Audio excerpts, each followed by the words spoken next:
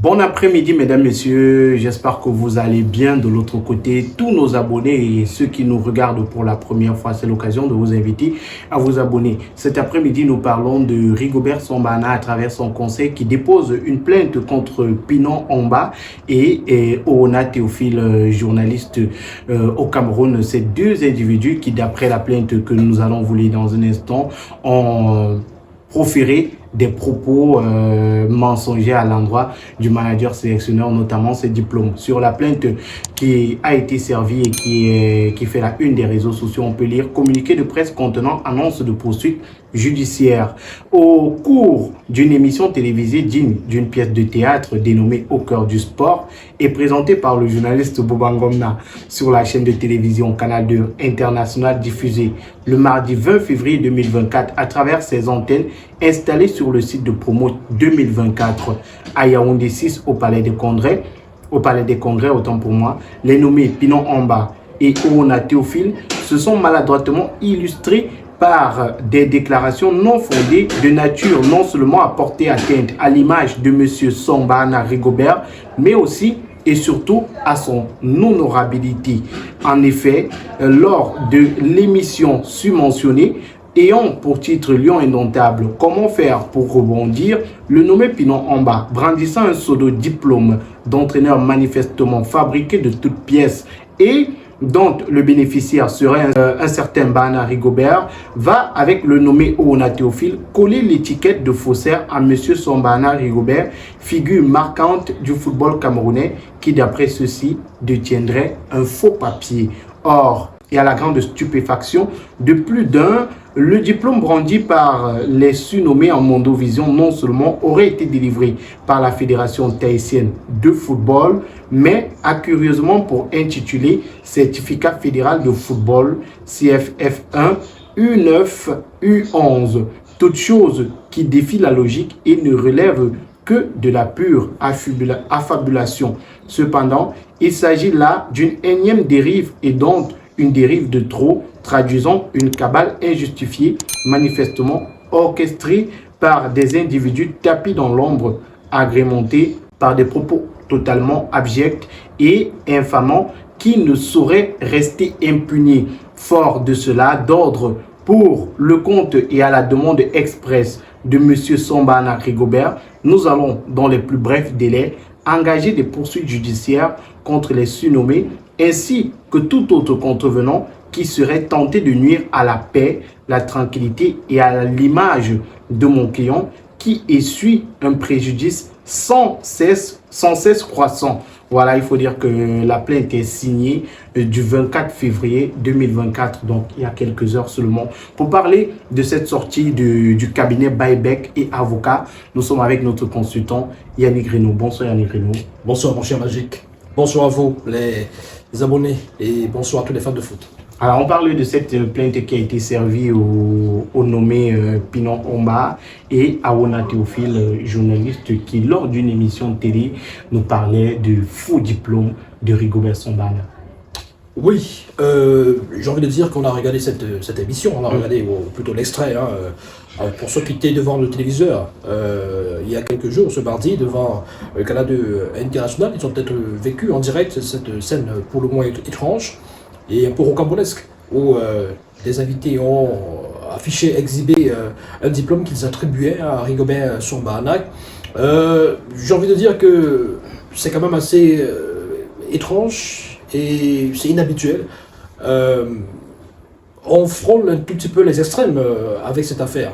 Je suis d'accord sur le fait que Rigobert Sambana a présenté quelques lacunes dans son coaching, dans son management de l'équipe nationale des Lions lors de la Coupe d'Afrique des Nations, même lors de la Coupe du Monde, même lors des matchs amicaux, même lors des matchs éliminatoires comptant pour la CAN. Bien évidemment, on peut lui reprocher certaines choses, un certain nombre de choses. On peut lui reprocher la gestion, le management des égos dans cette équipe nationale. On peut lui reprocher la sélection, la convocation de certains joueurs et l'oubli d'autres. On peut lui reprocher en fait beaucoup de choses. On peut lui reprocher même son bilan. son bilan à la CAN, son bilan de 4 matchs, dont 2 défaites avec un match nul et une victoire contre la Gambie. On peut lui reprocher d'avoir encaissé 8 buts pendant la CAN, d'avoir marqué seulement 5. On peut lui reprocher d'avoir, depuis son mandat, depuis 23 matchs, n'avoir gagné que 6 fois, 9 défaites et 8 matchs nuls. Donc on peut lui reprocher ça, d'avoir encaissé 28 buts, d'en avoir marqué que 26 buts. Donc, mais est-ce qu'on devrait aller jusqu'au niveau où on l'accuse d'être un faussaire, d'avoir fabriqué un faux diplôme, c'est-à-dire que Rigobert Song ne soit pas véritablement un entraîneur, qu'il n'ait pas tous ses diplômes, et présenter un diplôme que lui, il qualifie d'être de faux, à travers ses avocats justement. Donc, ça veut dire que Rigobert Song a pris acte de cette sortie de ces journalistes et consultants sportifs, parce qu'il s'agit justement d'Awana, qui était un journaliste, et qui, il y a quelques jours, quelques semaines encore, était qui était qui est très ami avec Rigobert Song, l'Africa Foot. Bon, on ne comprend pas son revirement, il a peut-être ses raisons, c'est ça également la vie. Et puis le deuxième accusé, Pignon Omba, qui est lui également, qui est un consultant et analyste sportif. D'où vient, parce que la vraie question que je me pose, d'où venait donc ce diplôme? C'est-à-dire que le diplôme qu'ils ont présenté en direct et qu'ils attribuaient à Rigobert Song, il venait d'où? C'est ça la question. Alors, est-ce que c'est un diplôme que Rigobert Song utilise véritablement et qui, aujourd'hui, étant présenté comme étant un diplôme problématique, veut tout simplement essayer d'éviter le scandale en faisant croire à l'opinion qu'il ne s'agit pas de son diplôme et qu'il s'agit d'un faux? Ou alors, est-ce que véritablement ces personnes seraient allées jusqu'à fabriquer un faux diplôme qu'ils ont exhibé en direct en Mondovision dans le but tout simplement de salir, comme il a si bien dit, l'honorabilité de Rigobert Song? Là est toute la question, et on peut quand même déplorer ce type de situation. On peut débattre sur des questions, on peut débattre sur des capacités managériales et même techniques, tactiques de l'entraîneur, mais je trouve qu'on allait un peu trop loin. Mais il faut dire que la problématique sur ce diplôme-là, aujourd'hui, est relevée. On en parle un peu de partout. Et pour ceux qui ont regardé l'émission, il y a 2 diplômes qui sont présentés. Il y a le premier, dont parle la plainte, qui est apparu sur Internet, celui sur lequel on peut voir certificat fédéral de football. Et sur ce diplôme-là, il est bien inscrit que c'est la fédération tahitienne qui a délivré ce diplôme-là. Et dessus, il est écrit U9, U11. Voilà, et c'est ce diplôme, vous l'avez à l'écran, chers abonnés, vous qui nous regardez à l'instant. Voilà, donc il y a 2 diplômes qui sont présentés dans cette émission. Ce diplôme-là, ma foi, n'est pas, je veux dire quoi, les consultants qui sont cités dans la plainte, ils disent que c'est le vrai diplôme qui appartient à Rigobert Song. Maintenant, le second, qui est un diplôme qui permettrait à Rigobert Song d'entraîner les sélections nationales, c'est celui-là qui est contesté par ces derniers. Maintenant, on se demande où ont-ils pris le premier diplôme, celui qui fait l'objet de la plainte aujourd'hui. Ben oui, c'est là est toute la question, justement. Je pense que certains documents sont confidentiels. Et voilà, ne peuvent être utilisés, c'est-à-dire que ne sont visibles ou utilisables que par certaines parties qui sont en contrat. Je pense que pour le cas de Rigobert Song, il est entraîneur de cette sélection, il a dû fournir ces diplômes-là à la fédération qui l'emploie. Donc, ces diplômes n'ont pas de raison de se retrouver sur les réseaux sociaux, à moins que ce soit le concerné lui-même qui, dans un souci de preuve, ou par exemple, lors de l'obtention du diplôme, est décidé, comme on l'a vu avec Achille Webo par exemple récemment, qui a eu un diplôme justement délivré par l'UEFA, qui l'a exhibé fièrement lors de cette séance photo où il présentait son diplôme. Donc, on se pose la question de savoir comment est-ce que ces personnes ont pu se procurer ces diplômes-là. Le premier diplôme, vous l'avez si bien dit, qui permettrait à Rigobert Song de n'entraîner peut-être que des U11 et des U19. U9, voilà. U11, oui. Ben oui, c'est une curiosité quand même. Voilà, c'est une curiosité. Donc, le message qui est véhiculé par ces révélations-là, par ces consultants, est simple, est claire. Donc, il voudrait nous faire comprendre que Rigobert Song n'a pas le niveau d'entraîner une équipe nationale en dehors des U19, des U9 et U11. Des U9 et U11. Donc, Rigobert Song a répondu à travers son conseil, justement, sur cette... il a parlé, Rigobert Song, d'affabulation, parce que le mot affabulation revient plusieurs fois dans cette plainte. Il a parlé de déclarations non fondées. Il a parlé de diplômes fabriqués de toutes pièces. Donc, on attend de voir l'issue de cette affaire. Mais pour ma part, personnellement, mon cher Magique, je pense qu'on ne devrait pas en arriver là. Quelque part, il y a un faux. Quelque part, il y a quelque chose qui s'est trafiqué. On ne sait pas venant de qui. Peut-être les enquêtes qui pourront être menées nous amèneront, nous dirons le fin mot de cette histoire. Est-ce qu'on a voulu absolument ternir l'image de Rigobert Song? Est-ce qu'on a voulu absolument dire qu'il n'a pas le niveau, qu'il n'est pas qualifié? Est-ce que dans cette époque, à cette époque où on est en train de réfléchir sur le potentiel remplaçant de Rigobert Song ou sur une éventuelle prolongation de Rigobert Song jusqu'en 2026, dit-on, est-ce qu'on cherche là des arguments pour l'écarter? Et des arguments qui seraient, avec ces diplômes, faux ou vrais, qui seraient des arguments de poids pour pouvoir justement justifier sa mise à l'écart, ou alors même incriminer indirectement aussi ceux qui l'ont choisi, parce que là, c'est là toute la question.